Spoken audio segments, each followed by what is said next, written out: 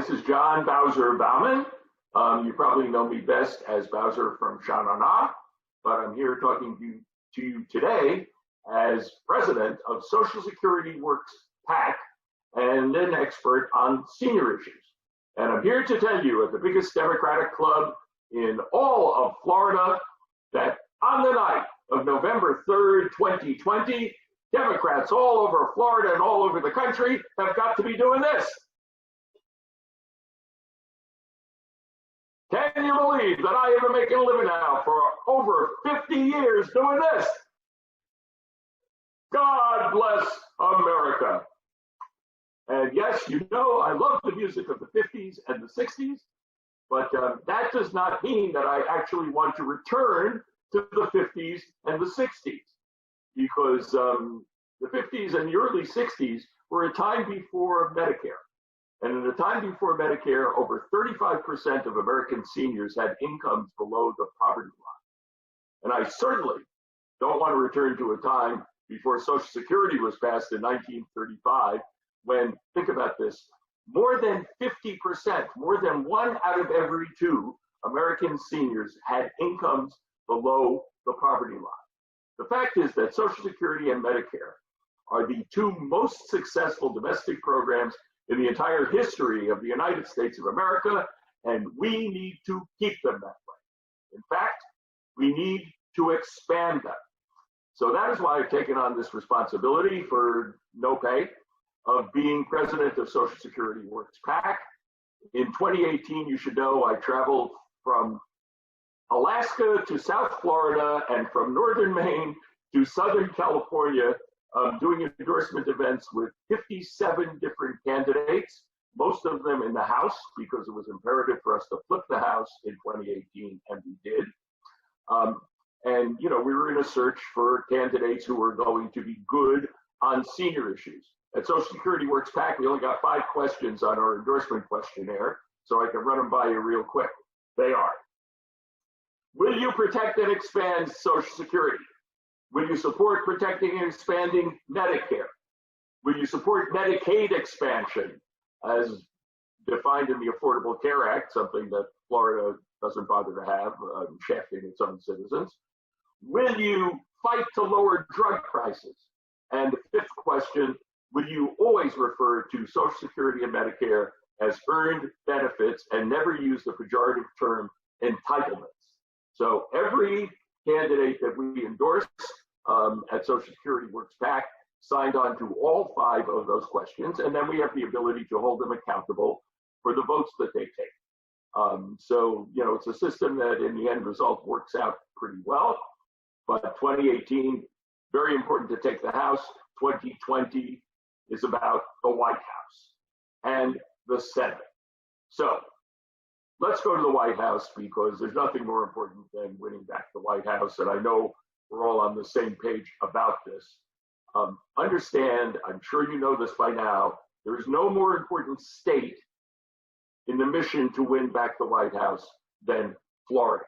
There are only 6 states that are really going to be most likely in play in this presidential election: Pennsylvania, Michigan, and hopefully we'll win those and take those back. If we do, we need to win 1 out of the following 4. Florida, Arizona, Wisconsin, and North Carolina are the other 3. But it's a very simple message. We win Florida, we win. We win seniors in Florida, we win. So we got to make sure that everybody gets out, everybody gets their ballot, everybody does what they need to do, because nothing could be more obvious than that the current occupant of the White House, who claimed that he was going to be a different kind of Republican and was going to not cut Social Security and Medicare, but there are billions and billions of dollars of cuts in the budget that was presented by this administration. We know he's a con artist anyway, so it's just a great big con. You know, fortunately, because of the House, that budget will never get passed, but we know that there is going to be real danger, and he's even spoken it out loud, that in the second term they would go after those programs that they call entitlements and we call earned benefits. So all that I pretty much have to say about the current occupant of the White House is that he reminds me of a phrase that I speech sang in the 1978 movie Grease, which probably most of you have seen. Every day there's a new version of this coming from there, and in the middle of this COVID-19 pandemic, it just gets worse and worse and worse, if such a thing is possible. It reminds me of the phrase that I spoke during the dance contest. When Cha-Cha Di Gregorio and Danny Zuko were winning the dance contest, and I was singing the song Born to Hand Jive, and I was summing up the Donald Trump presidency by saying, how low can you go? Say it with me, how low can you go? How low can you go, Donald Trump? How low can you go? Because every day it really does seem, and it's no joke, that there is a new low. Now, I also want to share with you the personal reason why I am so involved in protecting and expanding Social Security and Medicare and all the other senior programs that we've already discussed. Because, there usually is a personal reason when somebody, runs around from Alaska to South Florida and northern Maine to Southern California. And it took me a while to even realize what the personal reason was. But I'm going to share it with you. Some of you already know this, but some of you probably don't. Even though I'm known for what's called the classical music of rock and roll, I actually started out in real classical music. So I have the piano here. Take a look. Let me tilt myself down a little bit so you can actually see the piano. Okay, it's to the detriment of my head being cut off, just like it was in the Grease movie, by the way. You can look for that. But here you can see that I'm really playing.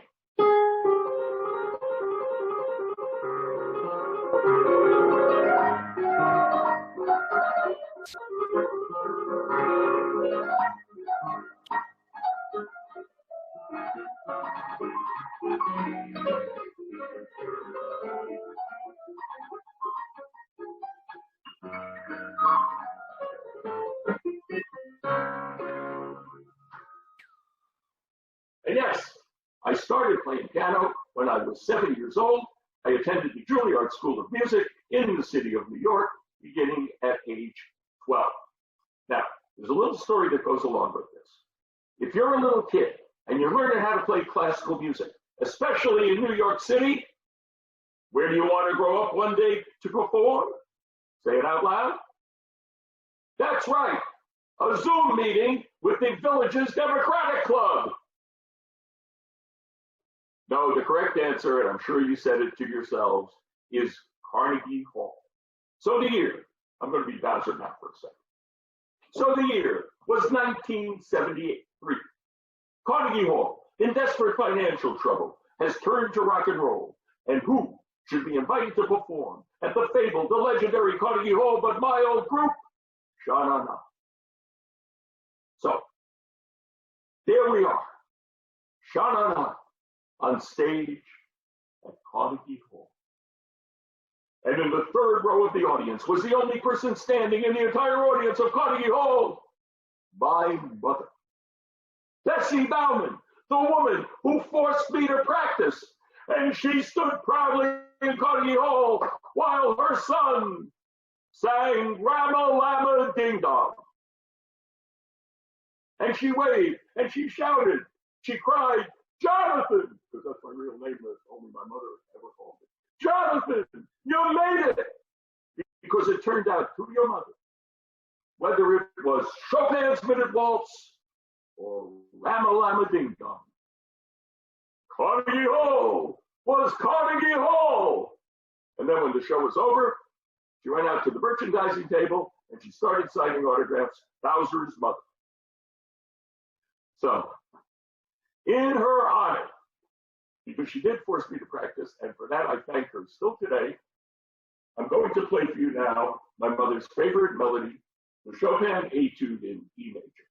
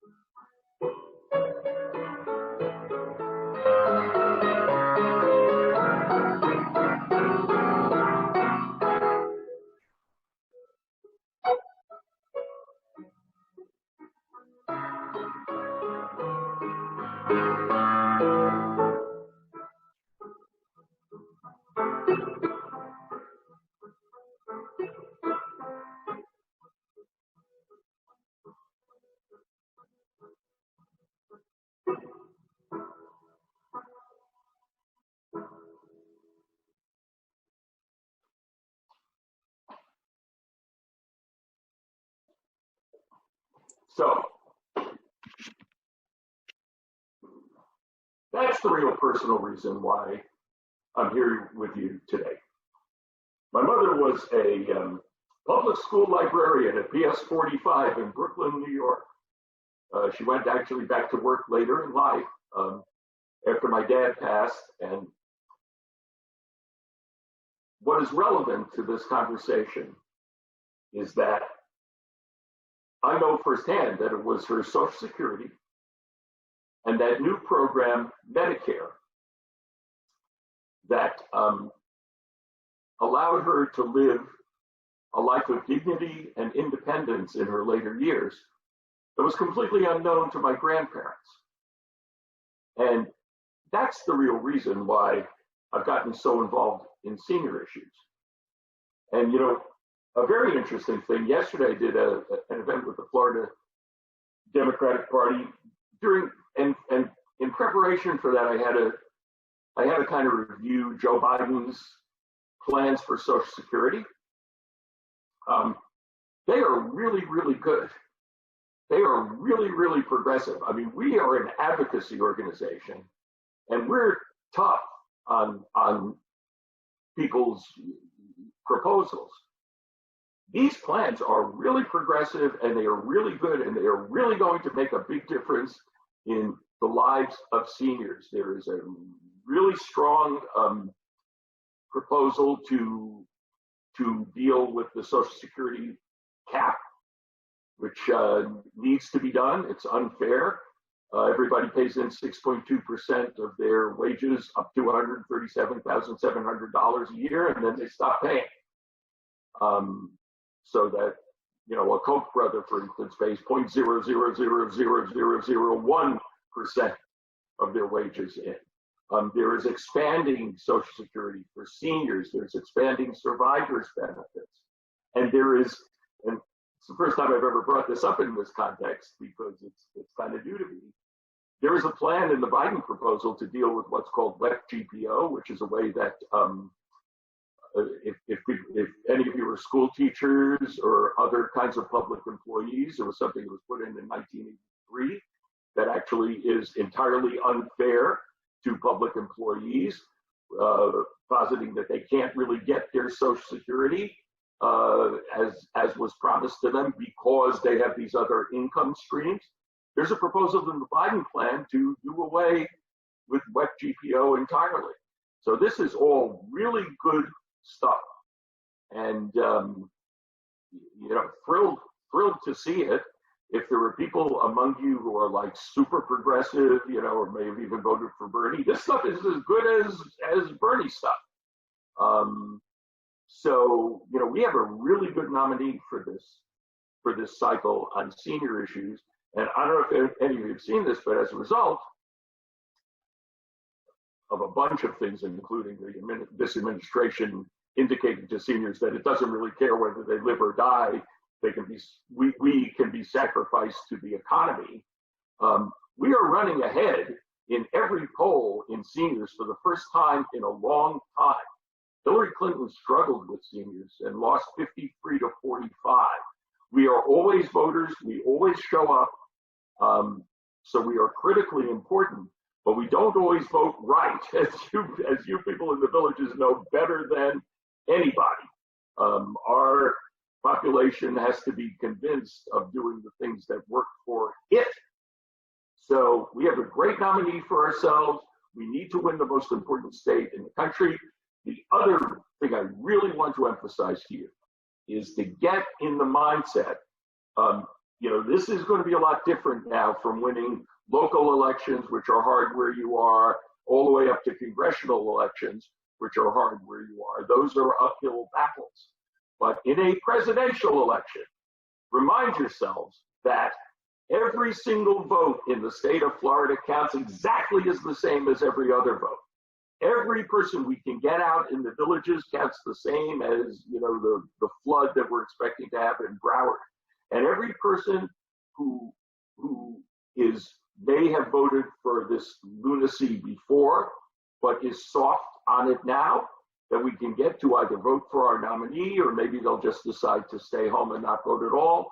Every one of them counts as much as every vote any place in the entire state.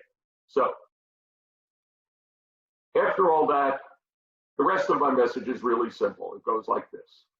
Bum bum bum bum bum bum bum bum bum bum bum bum dang dang dang ding a dong ding. Vote for Joe Biden. Because on the night of November 3rd, he's got to be doing this. Any questions? So if you have a question, raise your hand in the participant box. We'll unmute you.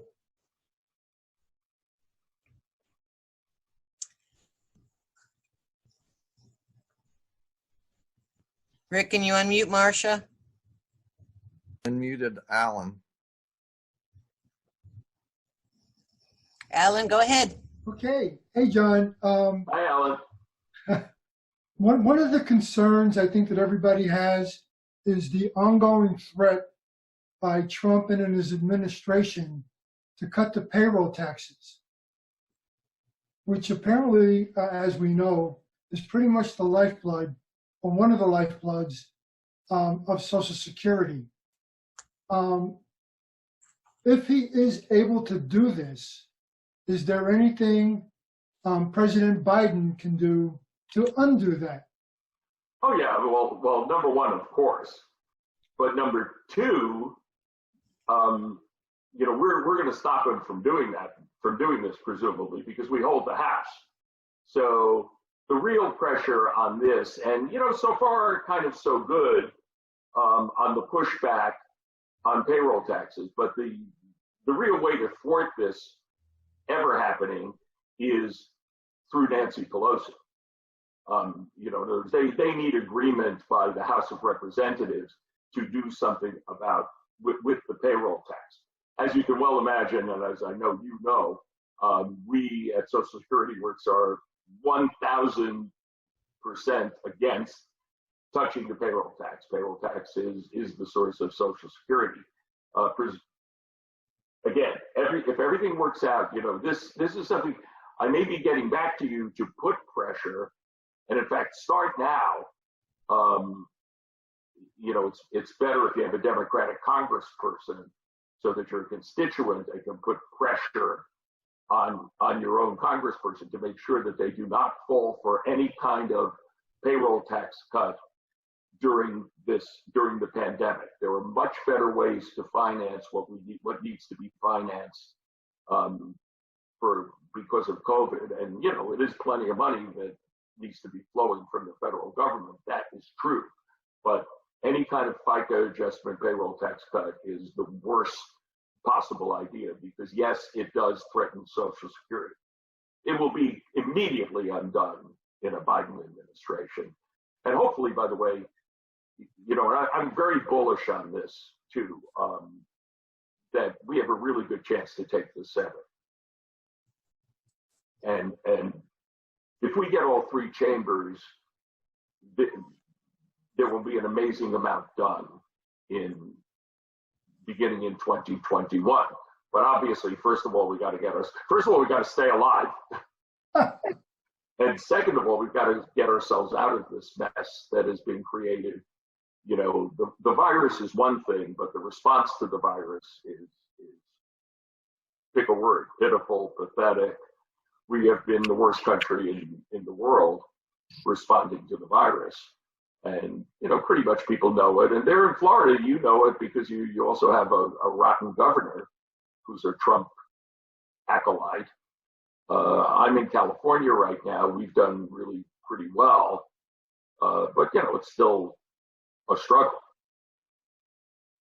Marcia. Well, actually, I'd like to wait till the end. I was just hoping that Jon, you would sing us out with the intro to Blue Moon again, but only when you leave us. I got something even better for you, Marcia. Okay. I have something better for you than that because most people don't really know bump bump bump bump bump bump bump bump bump. It's an acquired, it's a learned phrase. But I got something even better for you because you're going to be able to sing along. Thank you. Anybody else have a question? You go down to your participant box and raise your hand. Shirley has a question, Rick. Right. So hi, Jon. How are you? Hi, Shirley. How do we get people to be thinking about Medicare and Social Security when we're so engrossed in COVID? And I worry about that. Some of these things people will try to do underhanded things while we're distracted by staying alive. Well, again, I really I really am thankful every day for what happened in 2018, because if we had not gotten the House, we would be in really desperate trouble. The House really is the firewall for a lot of horrible things that would have happened without us holding the House. But I really do have pretty good confidence that this House of Representatives, which we have, pretty sizable majority, is going to firewall most horrible things that are going to happen. And look at, here's a perfect example that we talked about on the party call yesterday. I'm heavily involved in the fight to lower drug prices. There's nothing more ridiculous than Medicare not being able to negotiate with drug companies. But, because the Republican Party is entirely in the pockets of big pharma, never going to happen. We're never going to improve this at this time.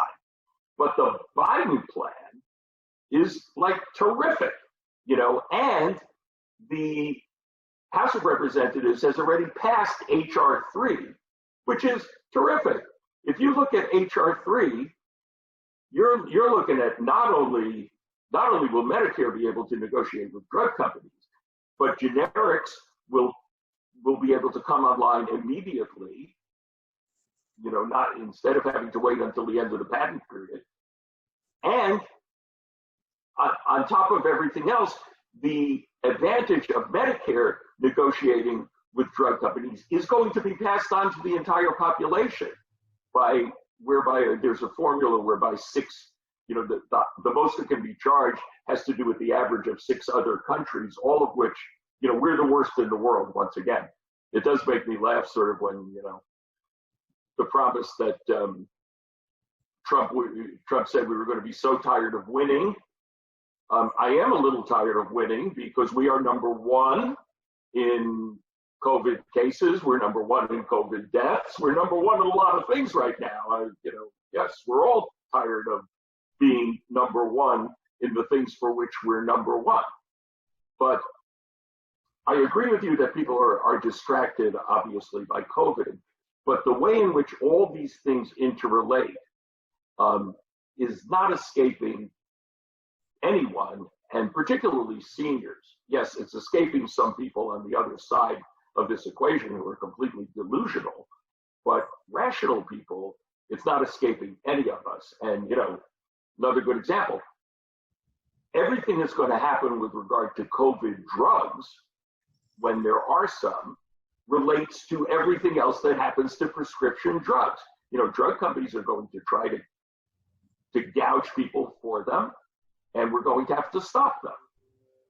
They're going to have to be made available to everybody, whether you can, afford the ridiculous prices that they're able to set right now or not. So the things all interrelate, and I really do feel like it's going to come out okay in the wash, because we have at least some leverage to fight it with, and the hue and cry is going to be so astronomical.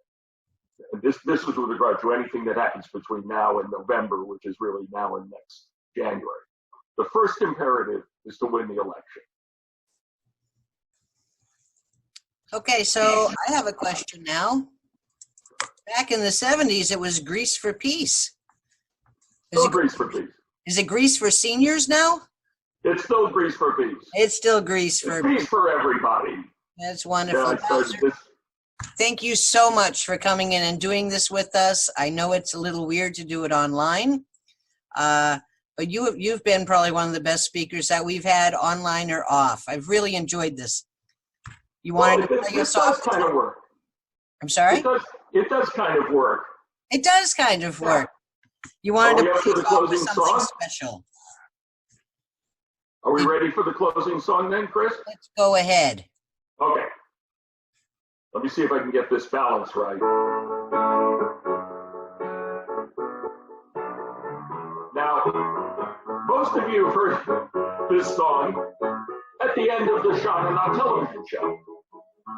Also was originally done by the Spaniards. But we're going to change the words a little bit today to go along with our meaning. You'll know the words. It'll be easy to catch on. Probably the phrase, "Don't hate to leave you, but we really must say," is the only thing I got to impart to you before we start. Because this is the real message for 2020.